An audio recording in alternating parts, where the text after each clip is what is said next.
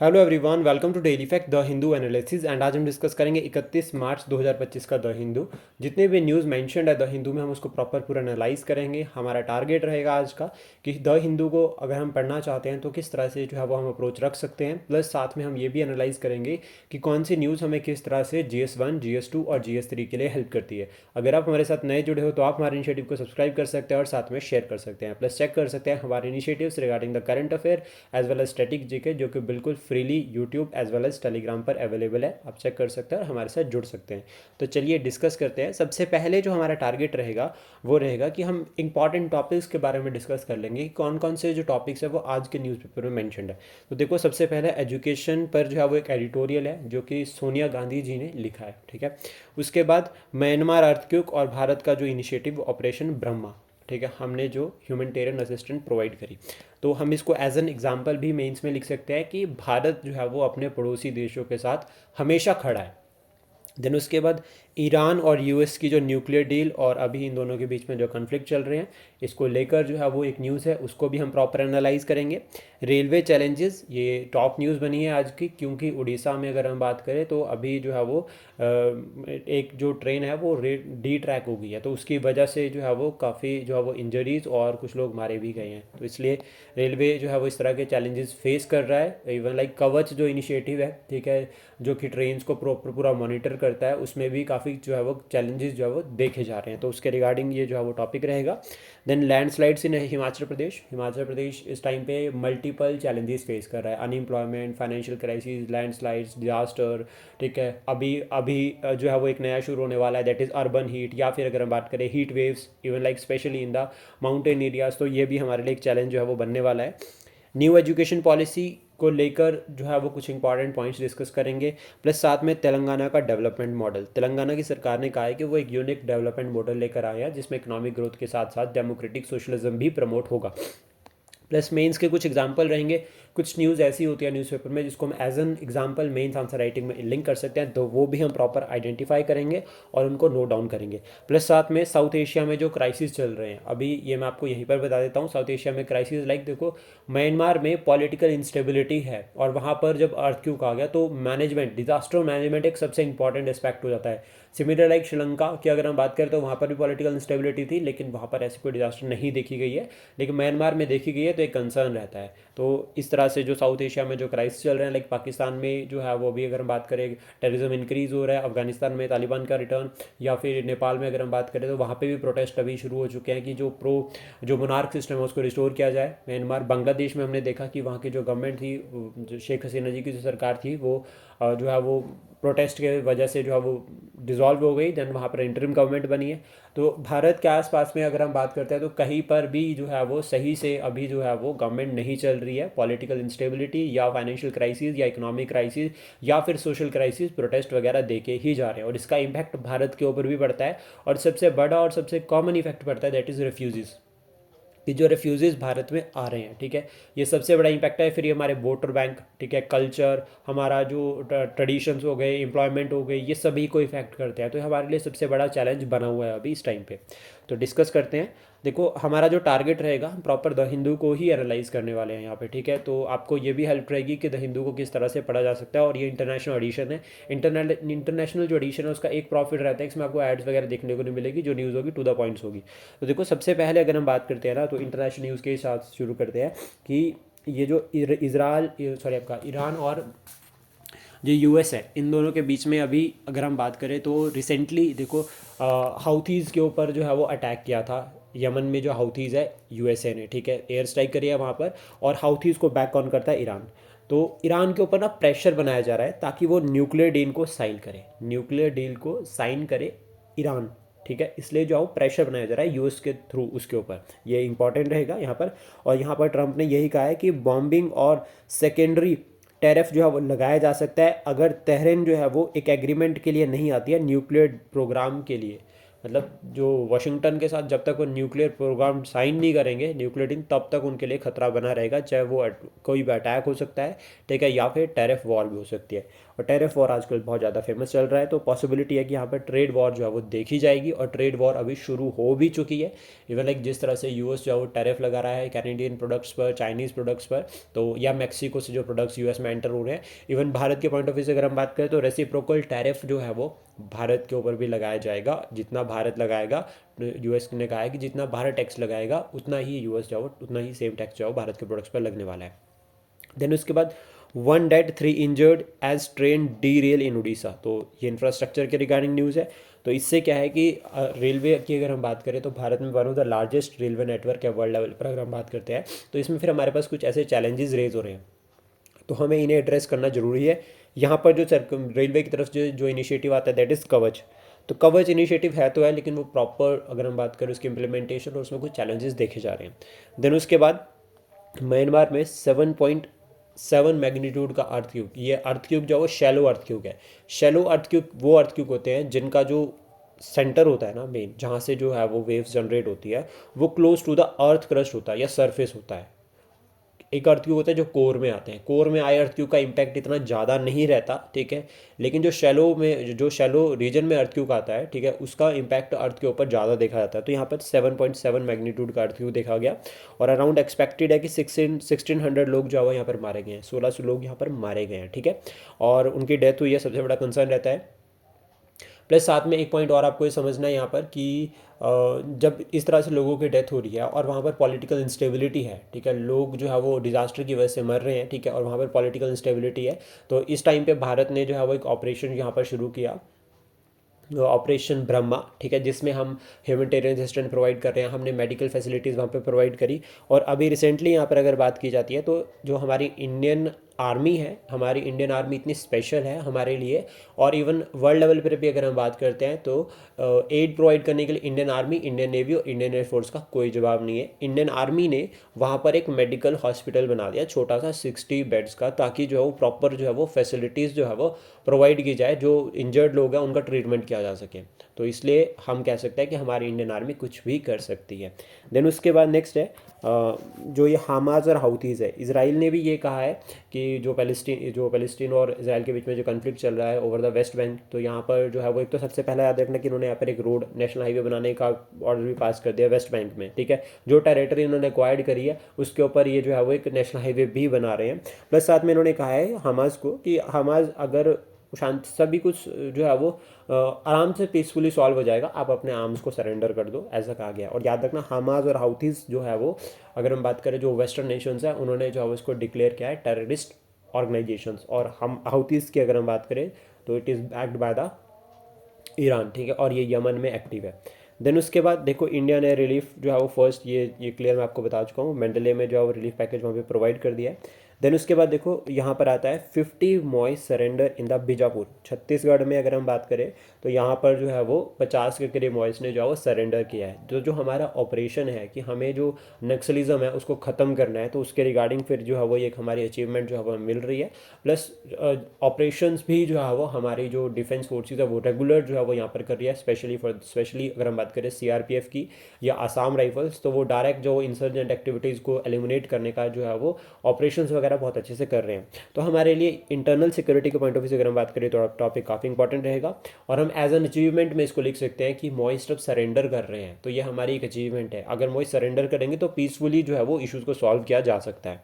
तो यहाँ पर की टॉपिक्स जो आपको याद रखने हैं, एक तो अर्बन नक्सलिज्म, अर्बन नक्सलिज्म जो है वो रैपिडली स्प्रेड हो रहा है, left wing activities in the urban areas. उसके बाद इलीगल ड्रग्स एक सबसे बड़ा चैलेंज चल रहा है इस टाइम पे, साइबर क्राइम्स और वॉयलेंस एंड फ्रॉड जो कि इंटरनल सिक्योरिटी से लिंक कर रहे हैं। Violence and frauds plus cyber crimes, illegal drugs और अर्बन नक्सलिज्म, ये कुछ चैलेंजेस है जो इस टाइम पे जो है वो अर्बन एरियाज जो है वो फेस कर रहे हैं, और ये इंटरनल सिक्योरिटी के लिए सबसे बड़ा थ्रेट भी है।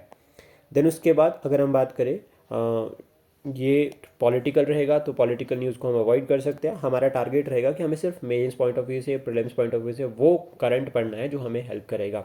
देखो यहाँ पर जो है वो हमें एग्जांपल्स मिलेंगे मेंस के लिए। देखो किस तरह से tribal people protest fly over construction near the sacred site.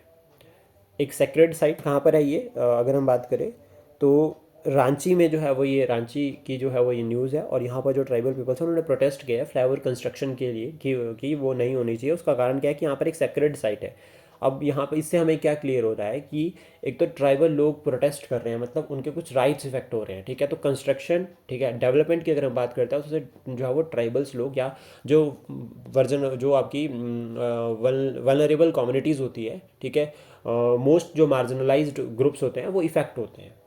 तो यहाँ पर हमें जो है वो ये एग्जांपल मिलता है, तो हम इसको लिख सकते हैं कि ट्राइब जो डेवलपमेंट है, डेवलपमेंट से रिलेटेड कौन कौन से जो है वो इम्पैक्ट जो है वो देखे जाते हैं। तो प्रैक्टिकल हम बता सकते हैं कि ट्राइबल प्रोटेस्ट भी जो है वो इससे रेज हो रहा है, क्योंकि ट्राइबल राइट इफेक्ट हो रहे हैं, उनका कल्चर इफेक्ट हो रहा है इससे, और उनका एरिया भी जो है वो कम हो रहा है। ट्राइबल एरियाज़ की अगर हम बात करें तो वहाँ पर अगर डेवलपमेंट शुरू होगी तो डेवलपमेंट नो डाउट अच्छे रिजल्ट लेकर आती है, इकोनॉमिक ग्रोथ लेकर आती है, लेकिन इससे कल्चर आइडेंटिटी पर जो है वो नेगेटिव इम्पैक्ट पड़ता है।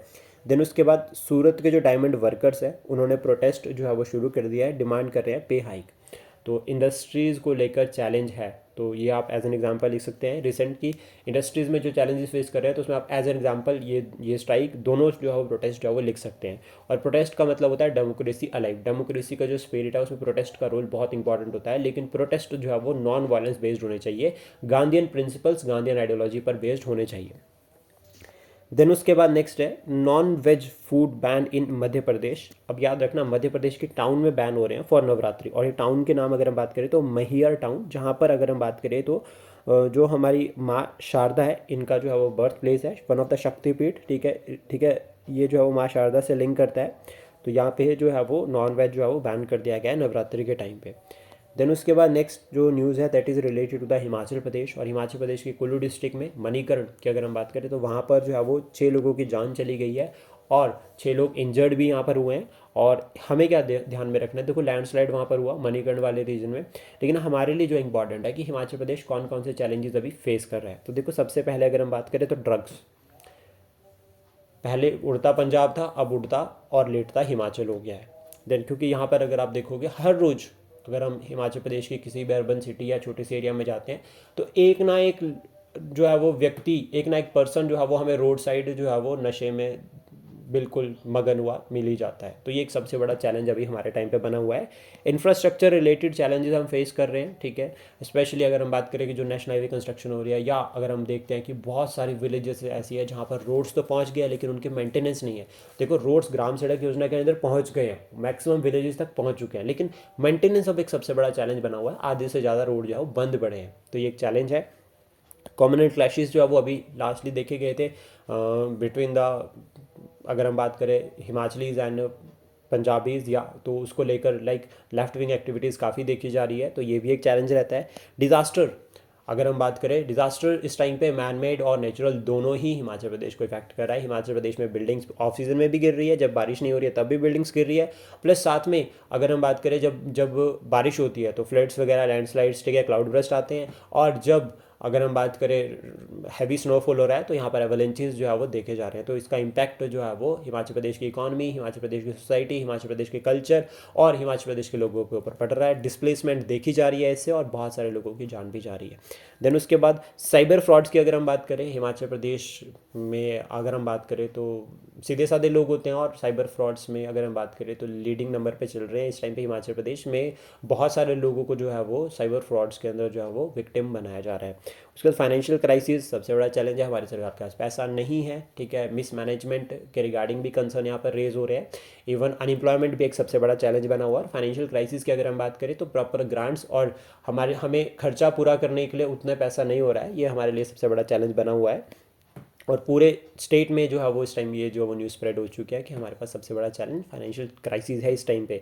तो स्टेट चैलेंज फेस कर रहा है, लेकिन हमारे पास सोल्यूशंस भी है, हमारी सरकार इसके ऊपर काम भी कर रही है। ऐसा नहीं है कि हमारी सरकार इसके ऊपर काम नहीं कर रही है, सरकार इनिशिएटिव्स ले रही है। सरकार ने बजट में बहुत बहुत अच्छे प्रोविजंस लिए हैं जिससे जो है वो हम इनको एड्रेस कर सके। गवर्नमेंट अपने एंड से कोशिश कर रही है, बट लेकिन रिजल्ट हमें एकदम से नहीं मिलते हैं। देन उसके बाद नेक्स्ट है तेलंगाना गवर्नमेंट का जो है वो डेवलपमेंट मॉडल, ये बहुत इंपॉर्टेंट रहेगा। ये इकोनॉमिक डेवलपमेंट पर बेस्ड है, और इसमें टारगेट किया जा रहा है डेमोक्रेटिक सोशलिज्म की तरफ। डेमोक्रेटिक सोशलिज्म जो इकोनॉमिक ये जो मॉडल लेकर आए हैं, ठीक है, रिगार्डिंग द डेवलपमेंट कि किस तरह से डेवलपमेंट होगी, ग्रोथ किस तरह से प्रमोट होगी, तो यहाँ पर जो है वो डेमोक्रेटिक सोशलिज्म को जो है वो प्रमोट करने की बात की जा रही है, जिसमें अगर हम बात करें tribal welfare, women empowerment, employment opportunities, ठीक है, नेचर कंजर्वेशन, साथ में ही प्रमोट करना कल्चर और सोसाइटी को, ये कुछ टारगेट है, ठीक है, जो कि सरकार ने रखे हैं। देन उसके बाद अगर हम बात करें भद्रा डैम के बारे में, तुंगभद्र, दो इंपॉर्टेंट, तुंगा और भद्र, दो नदियाँ जो कि तुंगभद्र रिवर बनाती है, तो उसकी ट्रिब्यूटरी होगी भद्रा रिवर, कर्नाटका से ऑरिजिनेट होती है, वेस्टर्न घाट, और भद्रा रिवर पे जो है वो भद्रा डैम है जो आजकल न्यूज़ में चल रखा है। देन उसके बाद नेक्स्ट है ये जो अगर हम बात करें न्यूज़, ये लिंक करती है एक तरह से कि जो तेलंगाना सरकार है उन्होंने जो है वो एक स्कीम लॉन्च करी है, ठीक है, रेवनाथ जो वहाँ के पर्सनालिटी है, उन्होंने एक स्कीम लॉन्च करी है, चीफ मिनिस्टर है वहाँ के रेवनाथ रेड्डी, उन्होंने एक स्कीम लॉन्च करी है कि डिस्ट्रीब्यूट करेंगे fine rice free of cost to the poor people of the state, की जो गरीब लोग हैं उनको जो है फाइन राइस जो है वो यहाँ पर जो फ्री ऑफ कॉस्ट प्रोवाइड किए जाएंगे। प्लस साथ में यहाँ पर एक पॉइंट और आता है कि ओवर 21 लैक्स अटेंड ग्राम सभा meeting across the Tamil Nadu, Tamil Nadu में 21 लाख के अराउंड जो ग्राम सभा की जो मीटिंग्स थी उनको अटेंड किया, तो 21 लाख के अराउंड लोगों ने, तो दैट मीन्स डेमोक्रेसी की जो स्पिरिट है, अगर हम बात करें डेमोक्रेटिक डिसेंट्रलाइजेशन, वो यहाँ पर स्टिल अलाइव है, और 12,481 जो है वो विलेजेस से ये जो है वो लोग यहाँ पर आए थे, मतलब ग्राम सभा में जो मीटिंग हुई थी तो इतने लोगों ने अटेंड किया। देन उसके बाद नेक्स्ट है आंध्र प्रदेश के चीफ मिनिस्टर जो हैं चंद्रबाबू नायडू, उन्होंने जो है वो लॉन्च किया है जीरो पॉवर्टी, इसमें उन्होंने P4 इनिशिएटिव लॉन्च किया है टू इराडिकेट पॉवर्टी बाय 2029, तो ये अब इंपॉर्टेंट रहने वाला है, ठीक है, एक ये हम मेंस में एज एन एग्जांपल लिख सकते हैं P4, ये P4 है क्या एक्चुअली अगर हम बात करें, तो यहाँ पर उन्होंने कहा है, और देखना P4 में जो इंक्लूड हो रहे हैं वो हमारे लिए बहुत इंपॉर्टेंट है, और दूसरा एक जो ये पॉवर्टी फ्री जो है वो स्टेट को बनाना है 2029 तक, तो इसमें जो इंक्लूड हो रहे हैं, देखो अगर हम बात करें, एक तो सबसे पहला यहाँ पर फोकस किया जा रहा है कि जो स्कीम है ये ब्रिज करेगी सोशल इकोनॉमिक डिवाइड को, पहला पॉइंट, और साथ में एनकरेज करेगी वेल्थिएस्ट जो 10% जो पॉपुलेशन है उसको, कि वो सपोर्ट करे बॉटम 20% पुअर फैमिलीज, ठीक है, और इसमें फिर डिजिटल वेज को भी फॉलो किया जाएगा, और ये बहुत ज़्यादा इंपॉर्टेंट रहने वाला है पॉवर्टी फ्री जो है वो स्टेट को बनाना है। और इसमें देखो P4 में आता है public private people partnership, public private people partnership, यानी कि जो वेल्थी लोग हैं उनके कंट्रीब्यूशन से जो पुअर पीपल है उनको अपलिफ्ट किया जाएगा, तो ये जो है वो मॉडल जो है वो किसका है, आंध्र प्रदेश का, और ये अगर अच्छे रिजल्ट लेकर आता है तो हम इसको जो है वो अदर स्टेट्स में भी जो है वो फॉलो किया जा सकता है, तो आप इसको नोट डाउन कर लेना। प्लस साथ में याद रखना कि 2029 का हमारा जो ये टारगेट है, मतलब तेलंगाना जो आपकी आंध्र प्रदेश है उन्होंने टारगेट किया है कि इस स्टेट को जो पॉवर्टी फ्री बनाएंगे। देन उसके बाद केरला की जो सरकार है वो एक प्लान लेकर आए यूथ एंड चिल्ड्रन अवेयरनेस के लिए, ठीक है, ये भी इंपॉर्टेंट रहेगा, ये मल्टी लेयर प्लान है जिसमें इंश्योर किया जाएगा मेंटल और physical wellbeing of the children and youth, तो एज एन एग्जांपल कि स्टेट गवर्नमेंट के इनिशिएटिव्स क्या हैं हम बता सकते हैं, एज एन एग्जांपल मेंस में लिख सकते हैं, तो ये दोनों मेंस के लिए हेल्प करेंगे, और GS3 और GS1 सोसाइटी और GS3 इकोनॉमिक डेवलपमेंट, इसमें जो है वो इकॉनमी या सोशल डेवलपमेंट, इसमें जो है वो उसको ऐड किया जा सकता है। देन उसके बाद इंडियन आर्मी के बारे में हम ऑलरेडी डिस्कस कर चुके हैं कि उन्होंने जो है वो एक हॉस्पिटल जो है वो बनाया है, फील्ड हॉस्पिटल जो है वो म्यांमार में। देन उसके बाद नेक्स्ट जो आता है that is controversy erupt over the Haryana police ban on song promoting violence, मतलब वो सॉन्ग्स को बैन कर दिया, ठीक है, पुलिस बैन ऑन सॉन्ग्स जो कि वायलेंस को प्रमोट कर रहे हैं, तो ये एक अच्छा इनिशिएटिव है, क्योंकि यूथ की अगर हम बात करें तो यूथ जो सुन रहा है जो देख रहा है वो उसी तरह से जो है वो रिएक्ट करेगा, तो अगर जो सॉन्ग्स जो वायलेंस जो क्रिएट कर रहे हैं, ठीक है, उनको रोकना एक जो है वो एक अच्छा इनिशिएटिव हो सकता है, बट लेकिन इसमें हमें क्लियरली ये भी ध्यान देना है कि जो लोग ये सॉन्ग बना रहे हैं उनकी जो लाइवलीहुड है, क्योंकि उनका भी ये काम है ना, उस वो भी इम्पैक्ट नहीं होना चाहिए, तो यहाँ पर एक वार्निंग सिस्टम हो सकता है बेहतर, ठीक है, प्लस साथ में जो पोर्शन सॉन्ग का जो है वो जो सेक्शन जो है वो वायलेंस क्रिएट कर रहा है उसको फिर हटाने के लिए जो कहा भी जा सकता है कि जो अच्छा है उसको चलाओ, और जो रिएक्ट जो गलत है जो सोसाइटी पर नेगेटिव इम्पैक्ट डाल रहा है उसको हम हटा भी सकते हैं। देन उसके बाद यूनिफॉर्म आपका ये UCC uniform civil code, uniform civil code सबसे पहले तो याद रखना आर्टिकल 44 में मेंशन है DPSP के, और DPSP का ये कौन सा प्रिंसिपल में आता है, लिबरल। अभी उत्तराखंड सरकार ने कहा है कि जो उत्तराखंड का जो यूनिफॉर्म सिविल कोड है वो एक फुल प्रूफ और वेल प्लान्ड है, फुल प्रूफ और वेल प्लान्ड मतलब देखो, अगर हम इसको किस तरह समझते हैं, हम इसको सबसे पहले तो देखो, यूनिफॉर्म सिविल कोड, उत्तराखंड पहली स्टेट बना है आज़ादी के बाद जिन्होंने यूनिफॉर्म सिविल कोड को शुरू किया। पहला तो ये पॉइंट हो गया।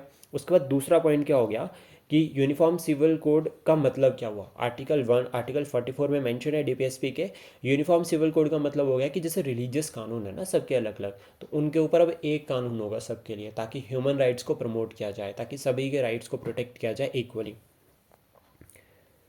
देन उसके बाद नेक्स्ट है आसपा की बात करें, arm forces special prevention act, तो ये जो है वो एक्सटेंड कर दिया गया है। मणिपुर में तो देखो जहाँ पर प्रेसिडेंट रूल लगा है वहाँ पे तो पूरी स्टेट पे जो है वो ये अभी जो है वो एक्सटेंड कर दिया गया है। प्लस अगर हम बात करें कि जो हमारे अरुणाचल प्रदेश है और जो नागालैंड है, वहाँ पर जो डिस्प्यूटेड रीजन है ना, वहीं पर इसको एक्सटेंड किया गया है, बाकी अदर रीजन पर नहीं।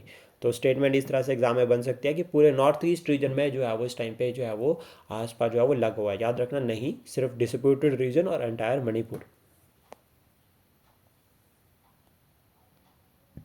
देन उसके बाद मन की बात के 120th एपिसोड में, ठीक है, अभी जो अगर हम बात करें, इसमें प्राइम मिनिस्टर नरेंद्र मोदी जी ने कहा है कि 11 billion cubic metres of water saved in 8 years. हमारे प्राइम मिनिस्टर जी ने ये कहा। अब इससे हमें कौन कौन से पॉइंट्स समझने हैं और जो हमारे लिए इंपॉर्टेंट हो रहे हैं। देखो, सबसे पहले तो हम इसको एज एन एग्जांपल अपने मेंस में इंक्लूड कर सकते हैं कि हमारे प्राइम मिनिस्टर जी ने कोई स्टेटमेंट दी regarding the water conservation. Then उसके बाद सेकंड हो गया कि रेन वाटर हार्वेस्टिंग बहुत important, waste water management second important, ठीक है। Rain water harvesting, waste water और recycle of the waste from the sustainable for a sustainable future, ये भी इंपॉर्टेंट रहता है कि सस्टेनेबल फ्यूचर के लिए हम क्या करें कि जो हमारा जो वेस्ट वाटर है उसको रिसाइकल करें। तो ये तीनों एज एन वे फॉरवर्ड जो है वो हम लिख सकते हैं अपने आंसर में, और सुजेस्ट भी वहाँ पर जो है वो रेफरेंस के लिए मन की बात को भी जो है वो ऐड कर सकते हैं। तो मन की बात को ऐड कर सकते हैं, और इन ये जो 3 पॉइंट है इनको हम लिख सकते हैं as an way forward in our answer. Then उसके बाद यहाँ पर जो है वो ऑलमोस्ट यही स्टेटमेंट रहती है कि 11 बिलियन जो आपका क्यूबिक मीटर जो वाटर है उसको कंजर्व किया है। प्लस यहाँ पर ना साथ में उन्होंने एक और इम्पॉर्टेंट पॉइंट के ऊपर हाईलाइट किया है, that is yoga for one health, yoga for one earth one health, ठीक है। ये जो है वो थीम रहेगी इंटरनेशनल योगा डे की। तो ये इंपॉर्टेंट रहेगा। इंटरनेशनल योगा डे कब होता है ये आप कमेंट बॉक्स में बता सकते हैं। प्लस साथ में थीम याद रखना, yoga for one health, yoga for one earth और वन हेल्थ जो है वो थीम रहेगी, yoga for one earth one health. तो कहीं ना कहीं हमारा जो कंसेप्ट है वन अर्थ वन हेल्थ वाला, ये भी प्रमोट हो रहा है, और वन हेल्थ सिस्टम जिसमें हम एनिमल्स और प्लांट्स दोनों को, या ह्यूमंस और प्लांट्स एनिमल्स दोनों सभी को जो है वो एक साथ लेकर चल रहे हैं।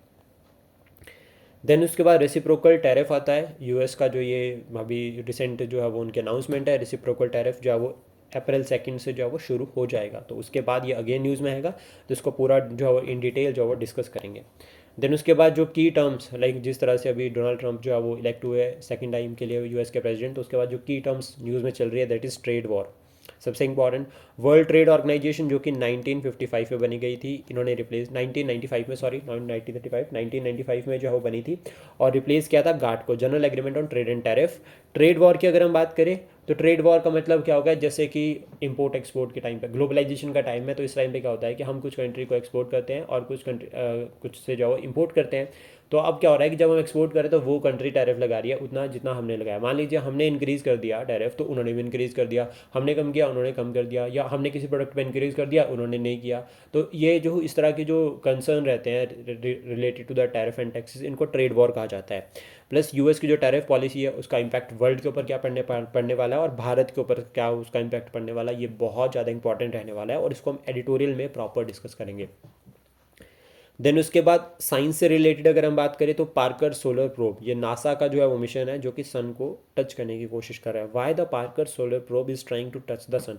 तो ये जो मिशन है अगर हम बात करें सबसे पहले तो पार्कर सोलर प्रोब ये सन को जो है वो स्टडी करने के लिए गया, सन की कोरोना को स्टडी करेगा, ठीक है। और ये मूवेबल है, सन के पास पास जाकर सन को स्टडी करेगा, प्रॉपर जो मैग्नेटिक वेव जो सोलर फ्लेयर्स है, जो मैग्नेटिक फील्ड है सन के अंदर, उसको प्रॉपर पूरा एनालाइज करेगा। और नासा का ये मिशन है, नासा को बनाया गया है 1958 में, और 1958 में याद रखना DRDO भी बना है। ISRO की अगर हम बात करें तो उसको बनाया गया है 1969 में, ये बहुत ज़्यादा इंपॉर्टेंट रहता है। तो याद रखना पार्कर सोलर प्रोब किसका मिशन है, नासा का। देन उसके बाद एडिटोरियल है, और ये एडिटोरियल 3C से आपको याद रखना है बस, ठीक है। ये एडिटोरियल इंडियन एजुकेशन पॉलिसी या इंडियन एजुकेशन सिस्टम जो आज के टाइम पे है उससे लिंक करता है। अभी हमारे लिए किस तरह से इंपॉर्टेंट है, देखो इस जो ये एडिटोरियल है इसकी अगर हम थीम बात करें तो पब्लिक एजुकेशन सिस्टम इसकी थीम रह सकती है। इन्होंने ये जो एडिटोरियल है सोनिया गांधी जी ने लिखा है, और इससे हमें ना नेगेटिव पॉइंट मिलेंगे। Negative point in the sense कि अगर मान लीजिए हमें कंसर्न लिखने हैं, ठीक है, regarding the new education policy, तो वो हमें यहाँ से मिल जाएंगे। और समरी में मैं आपको बताना चाहूँगा कि यहाँ पर जो 3C's है ना, इसमें सबसे पहले 3C में अगर हम बात करें तो सेंट्रलाइजेशन की बात की जा रही है, दूसरा कमर्शलाइजेशन और तीसरा communalism. Centralisation uniform civil code, ठीक है, sorry UGC university grant commission सारे डिसीजन ले रही है, ठीक है। हायर एजुकेशन जो है वो कंट्रोल जा रही है। अगर हम बात करें सेंट्रलाइजेशन में, जो न्यू एजुकेशन पॉलिसी थी 2020, इसमें कहा गया कि स्टेट से तो कंसल्ट भी नहीं किया इम्प्लीमेंटेशन के रिगार्डिंग, इवन जो एजुकेशन है वो कनकरेंट लिस्ट का सब्जेक्ट है। तो सेंट्रलाइज जिस तरह से डिसीजन लिए जा रहे हैं उससे क्या है, एजुकेशन सिस्टम में सेंट्रलाइजेशन हो रही है। एनसीईआरटी के रिगार्डिंग अगर हम बात करें तो सेंट्रल गवर्नमेंट जो है वो डिसीजन ले रही है कौन से चैप्टर रखना है कौन से नहीं रखने हैं, तो एक सबसे बड़ा जो है वो चैलेंज बना हुआ है जो इसमें एडिटोरियल में बताया गया। देन उसके बाद कमर्शलाइजेशन। कमर्शलाइजेशन देखो, सबसे पहला तो पॉइंट इसमें यह बताया गया है कि जो स्कूल्स हैं, जो पब्लिक स्कूल्स हैं, उनको मर्ज कर दिया गया है, ठीक है। मर्ज कर दिया गया या कुछ नहीं रहे, तो इसमें ऑलमोस्ट कहा गया है कि एक तो closer and consolidation of the 89,441 इतने स्कूल्स जो पब्लिक थे उनको 89,000 के अराउंड उनको क्या कर दिया, जो पब्लिक स्कूल या तो वो बंद हो गए या उनको मर्ज कर दिया गया, पहला पॉइंट हो गया। फिर उसके बाद ये भी कहा गया है कि 42,944 एडिशनल प्राइवेट स्कूल्स भी ओपन हुए हैं। तो कहीं ना कहीं कमर्शलाइजेशन ऑफ एग्रीकल्चर भी, कमर्शलाइजेशन ऑफ एजुकेशन भी जो है वो यहाँ पर हो रही है। ये एक सबसे बड़ा कंसर्न जो है वो चल रखा है इस टाइम पे, जो इसमें बताया गया है। इवन अगर हम यहाँ पर बात करें कि जो इसमें जो आपकी हायर जो यूनिवर्सिटीज़ है फिर उनको फंडिंग नहीं हो रही है प्रॉपर, सेंटर कमर्शलाइजेशन में फंडिंग नहीं हो रही है, तो उनको कह रहे हैं कि आप लोन्स लो, ठीक है, और उन लोन के थ्रू फिर आप जो है वो यूनिवर्सिटी को चलाओ। तो ये भी एक जो चैलेंज बना हुआ है, ठीक है, कि जो स्टैंडिंग कमेटी है on education found that between 78% to 100% of these loans are being repaid by the universities through student fees. अब देखो क्या हो रहा है यहाँ पे कि एक तरह से जो है वो जो बड़ी बड़ी यूनिवर्सिटीज़ है उनको कहा जा रहा है कि आप लोन्स लो, ठीक है, उसके थ्रू आप जो है वो फिर अपना काम चलाओ। फिर वो लोन कहाँ से पे करें, स्टूडेंट फीस से। अब फिर इससे स्टूडेंट फीस जो वो इंक्रीज़ होगी। फिर हम देखते हैं कि जो बड़े बड़े इंस्टीट्यूशंस हैं वहाँ पर जो आपका, अगर हम बात करें कि जो फीस है वो बहुत ज़्यादा है, बहुत ज़्यादा इंक्रीज़, तो इसलिए इंक्रीज़ हो रही है कि उनको भी आगे जो लोन पे करना पड़ता है। और थर्ड आता है कम्युनलिज्म या कम्युनलाइजेशन। कम्युनलाइजेशन का मतलब देखो, जैसे कि गांधीयन चैप्टर्स हो गए, या फिर अगर हम बात करें कि गांधीयन चैप्टर का मतलब क्या हो गया कि जो गांधी जी का असैसिनेशन किया था एक वो सेक्शन हो गया, प्लस जो मुगल्स के चैप्टर है उनको जो वो ड्रॉप ही कर दिया गया एनसीईआरटी के करिकुलम से, ठीक है, वो चैप्टर अब नहीं है। तो एक सबसे बड़ा चैलेंज बना हुआ है। प्लस साथ में जो एक तरह से हम देखते हैं प्रोफेसरशिप और जो जो कंसेप्ट हमारा चल रहा है, ठीक है, regarding the like vice chancellors इनके अपॉइंटमेंट, तो सेंट्रल गवर्नमेंट कर रही है। तो ये भी एक सबसे बड़ा चैलेंज जो बना हुआ है। स्टेट्स को तो इसमें बिल्कुल जो इग्नोर ही कर दिया जा रहा है कि वीसीज को किस तरह से अपॉइंट किया जाएगा। तो ये भी जो चैलेंज बना हुआ है। तो ये कुछ जो पॉइंट्स है जो इस एडिटोरियल में मैंशन है। देन उसके बाद देखो lesson from the earth cube, ये बहुत इंपॉर्टेंट है। म्यांमार में पॉलिटिकल इंस्टेबिलिटी चल रही है और उसके बाद वहाँ पे अगर 7.7 मैग्नीट्यूड का अर्थ क्यूब आता है तो मैनेजमेंट, जो डिजास्टर मैनेजमेंट एक सबसे बड़ा सब्जेक्ट यहाँ पर बन जाता है। तो वी आर लकी कि हमारे पास जो एक स्ट्रॉन्ग जो है वो गवर्नमेंट है इस टाइम पे, और वो स्ट्रॉन्ग गवर्नमेंट जो है वो फिर अगर हम कोई भी डिजास्टर फेस कर रहे हैं तो हम उसको प्रॉपर एड्रेस कर रहे हैं। इवन हिमाचल प्रदेश की अगर हम बात करें तो जब हमने डिजास्टर, हमारे पास डिजास्टर आई थी, ठीक है, 2002-3 में, तो मानसून के टाइम पे, तो हमारी गवर्नमेंट ने जो बहुत स्ट्रांगली उसको एड्रेस किया ग्राउंड लेवल पर भी अगर हम बात करें या सेंट्रल लेवल पर भी अगर हम बात करें, तो हमें अच्छी सपोर्ट और स्टेट गवर्नमेंट का भी अच्छे इनिशिएटिव रहे हैं। देन उसके बाद इंटरनेशनल जुडिशियल सिस्टम, ठीक है, ये जो एडिटोरियल है ये जो है वो एक फॉर्मर आईपीएस ऑफिसर ने लिखा है और इन्होंने कहा है रिफॉर्म्स इन जुडिशरी। अब जिन रिफॉर्म्स की इन्होंने बात करी है ना, उनमें इन्होंने सबसे पहले कहा है कि जो एग्ज़ाम है ना वो मेरिट बेस्ड होना चाहिए, ठीक है, ताकि जो हायर जो जुडिशियल ऑफिसेज है जो वहाँ पर वो सिस्टम चला है ना कि कुछ फैमिलीज़ के लोग ही वहाँ पर रिप्रेजेंट कर रहे हैं, हम उसको एड्रेस करें और मेरिट बेस्ड सिलेक्शन के थ्रू टैलेंट को जो है वो हम जुडिशरी में लेकर आएँ। इससे जुडिशरी की जो जुडिशरी में जो लोगों का फेथ है वो और ज़्यादा जो है वो इंक्रीज़ होगा। एक तो ये पॉइंट हो गया। उसके बाद इसमें इन्होंने कहा है कि जो जो ये एग्ज़ाम है ना, जो रिक्रूटमेंट प्रोसेस है, ये यूपीएससी के पास चली जानी चाहिए, ठीक है। अगर हम बात करें कि जो ये आपके ऑलमोस्ट अगर हम बात करते हैं कि जो रिक्रूटमेंट प्रोसेस है वो किसके पास चली जानी, जुडिशरी की से जो है वो सुप्रीम कोर्ट को वो यूपीएससी को दे देना चाहिए। इससे क्या होगा, एक पॉइंट समझते हैं कि जो लेजिस्लेटिव या एग्जीक्यूटिव जो रहते हैं ना कि ठीक है इन्फ्लुएंस रह सकती है पॉलिटिशियंस की या पॉलिटिकल फैक्टर्स का, वो नहीं होगा। ये पॉइंट ये हो गया। तो इससे फिर सुप्रीम कोर्ट ये इंश्योर कर सकता है, ठीक है, कि इंटीग्रिटी और जो डिसिप्लिन है वो प्रॉपर पूरा बना रहेगा, और अगर कोई चैलेंजेस आते हैं तो वो सुप्रीम कोर्ट उसको एड्रेस भी कर सकता है। तो ये इंपॉर्टेंट है। तो और लोगों का फेथ भी जो है वो बना रहेगा, और जो एक हमारा जो कंसेप्ट है ना कि हम वर्ल्ड की लार्जेस्ट पार्लियामेंट्री डेमोक्रेसी है, तो वो भी प्रमोट होता है। तो ये बहुत ज़्यादा इंपॉर्टेंट रहने वाला है, इस एडिटोरियल को आप चेक कर सकते हैं। देन जो उसके बाद जो इंपॉर्टेंट रहेगा that is related to the gender gap in the household. ये इंपॉर्टेंट है, अर्बन एरियाज़ में स्टिल एग्जिस्ट है। अभी अगर हम बात करें तो यहाँ पर जो कहा गया सिर्फ हमारे लिए इतना इंपॉर्टेंट है कि अर्बन एरियाज़ में अगर हम बात करें कि जो अर्बन वुमेन है, ठीक है, वो पेड एम्प्लॉयमेंट में उनका शेयर इंक्रीज़ हो रहा है। बट लेकिन अगर हम बात करें साथ साथ में अनपेड हाउस होल्ड वर्क, ठीक है, such as cooking, shopping and caring for children and elderly, वो भी इंक्रीज़ हो रहा है। वो भी तो मतलब एक तरफ से अगर हम यहाँ पे कहा जा रहा है कि जो वुमेन है उसका पेड एम्प्लॉयमेंट में रोल इंक्रीज़ हो रहा है, लेकिन जो अदर अनपेड वर्क है वो भी साथ के साथ में इंक्रीज़ हो रहे हैं। प्लस साथ में एक और यहाँ पर कंसर्न रेज हो रहा है, वो ये कि जेंडर डिवाइड भी जो है वो हाउस होल्ड लेवल पर स्टिल लार्जली रिमेन उतना ही है, अनचेंज, कोई चेंज नहीं उसमें हुआ है। प्लस एक पॉइंट और यहाँ पर आता है कि नॉर्थ ईस्ट रीजन में, जो नॉर्थ ईस्ट इंडिया है वहाँ पर अगर हम बात करें तो जो हाउस होल्ड वर्क है ना उसमें जो है वो अर्बन मैन में अगर हम बात करें तो उनका शेयर जो है वो ज़्यादा देखा जा रहा है। ऐसा नहीं है, चेंजेस हुए हैं। जिस तरह से अगर हम बात करते हैं कि वुमेन पेड एम्प्लॉयमेंट इंक्रीज़ अगर हुई है, ठीक है, तो वैसे ही जो आपका हाउस होल्ड वर्क्स होते हैं उसमें जो मैन है उनका शेयर भी जो है वो इंक्रीज़ हुआ है। लेकिन स्टिल अभी ये चैलेंजेस इसमें बने हुए हैं, इसमें स्कोप ऑफ इम्प्रूवमेंट रहता है।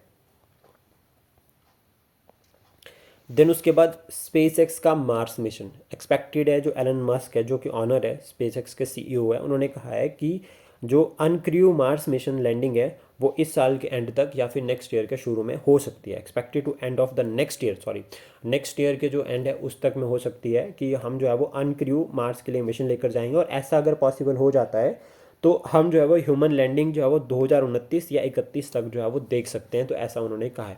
तो स्पेस एक्स एक प्राइवेट आर्म है, ठीक है, जो कि स्पेस रिलेटेड एक्टिविटीज़ को प्रमोट कर रही है यूएस में, और बहुत इंपॉर्टेंट रोल जो है वो ये प्ले कर रहे हैं इस टाइम पे स्पेस पॉइंट ऑफ व्यू से अगर हम बात करें। और मार्स भी हमारे लिए इंपॉर्टेंट जो होता है कि मार्स पर लैंडिंग की बात जो है की जा रही है। देन उसके बाद बोध गया टेम्पल बुद्धिज़्म से लिंक करता है, बिहार में है। और अगर हम बात करें न्यूज़ में इसलिए है ये क्योंकि बोध गया टेम्पल एक्ट 1949 इसको जो है वो रीपील करने की बात की है किसने, ऑल इंडिया बुद्धिस्ट फोरम ने। तो ये इंपॉर्टेंट है, इसके रिगार्डिंग प्रोटेस्ट जो है वो रेज कर रहे हैं। और बोध गया की अगर हम बात करें तो गौतम बुद्धा से किस तरह से लिंक करता है ये आप कमेंट बॉक्स में बता सकते हैं। और बुद्धिज़्म का ओरिजिन इंडिया में हुआ था, जैनिज़्म का भी इंडिया में हुआ था, देर आफ्टर जो है वो उसके बाद वर्ल्ड वाइड जो है वो स्प्रेड हुआ है। तो ये हमें याद रखना है।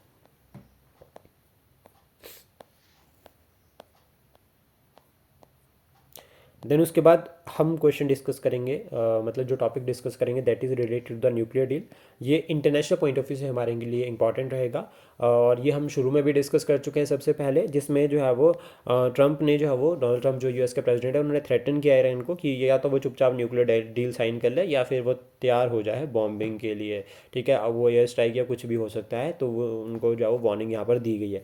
उसके बाद हमास लीडर को कहा है कैन, जो इसराइल के जो प्राइम मिनिस्टर है वेंजेलियम नेतन्याहू, उन्होंने कहा कि जो हमास लीडर है वो चुपचाप जो है वो छोड़ जा सकते हैं, ठीक है, रीजन को छोड़ सकते हैं और डिसार्म कर सकते हैं, मतलब पीसफुली वो लेफ्ट कर सकते हैं, उनको हथियार गिराने ही पड़ेंगे। उसके बाद इसराइल ने जब अप्रूव किया है new bypass road in the occupied West Bank, तो ये एक तरह से जो है वो प्रोटेस्ट भी जो है वो रेज कर रहा है। वर्ल्ड लेवल पर अगर हम बात करें इस टाइम पे तो कुछ चैलेंजेस जो है वो हम फेस कर रहे हैं। सबसे पहला तो देखो रशिया यूक्रेन वॉर है, ठीक है, जो अभी कंटिन्यू चल रही है। इसकी वजह से ह्यूमन राइट्स के ऊपर बहुत नेगेटिव इम्पैक्ट पड़ रहा है। पहला पॉइंट ये हो गया, डिस्प्लेसमेंट हो रही है लोगों की। और इंटरनेशनल लेवल पर अगर हम बात करें तो इन्फ्लेशन या अदर क्राइसिस जो है वो फेस किए जा रहे हैं। इवन जो गाजा क्राइसिस, जो ये वेस्ट बैंक क्राइसिस है, इसकी वजह से भी ह्यूमन राइट्स इफेक्ट हो रहे हैं, और ये भी जो है काफ़ी सबसे बड़ा कंसर्न चला हुआ है। और अभी जिस तरह से यमन में एयर स्ट्राइक हुई या फिर अगर ईरान को जो वार्निंग दी जा रही है, तो इससे ट्रेड वॉर, वर्ल्ड वॉर 3 होने के चांसेस भी जो है वो रेज हो जाते हैं। आई होप जो कंटेंट हमने डिस्कस किया ये आपको एग्जाम के लिए हेल्प करेगा। Thank you, please support share and subscribe daily fact.